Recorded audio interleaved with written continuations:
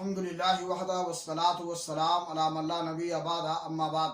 ناظرین کرام، فسق و فجور، برائی اور معصیت یہ چیزیں اتنی منحوس ہیں کہ جب کسی قوم کے اندر عام ہو جاتی ہیں تو اس میں بعض نیک لوگوں کے ہونے کے باوجود بھی اللہ رب العالمین اس قوم کو ہلاک کر دیتا ہے اور برباد کر دیتا ہے۔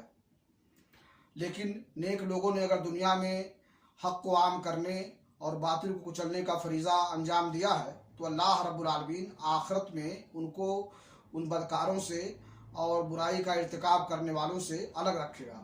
صحیح بخاری شریف کی روایت ہے، زینب رضی اللہ تعالیٰ فرماتی ہیں کہ دخل علیہا رسول اللہ صلی اللہ علیہ وسلم فضیا یقول لا الہ الا اللہ ویل للعرب من شر قد اقترب فتح اليوم من ردم یاجوج وماجوج مثل هذه وحلق باصبعه الابهام والتي تليها قلت یا رسول اللہ انہلک وفینا الصالحون قال نعم اذا کثر الخبث۔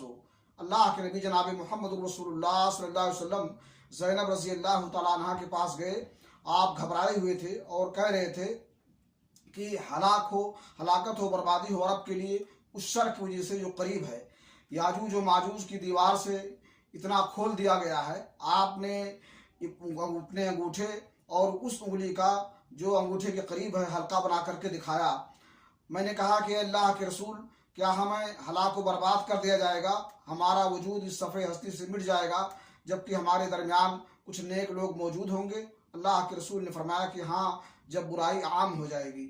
اللہ رب العالمین سے دعا ہے کہ اللہ تعالیٰ ہمیں معصیت سے اور برائی سے دور رکھے اور کسی ایسے عذاب میں نہ لپیٹے جو عام ہو۔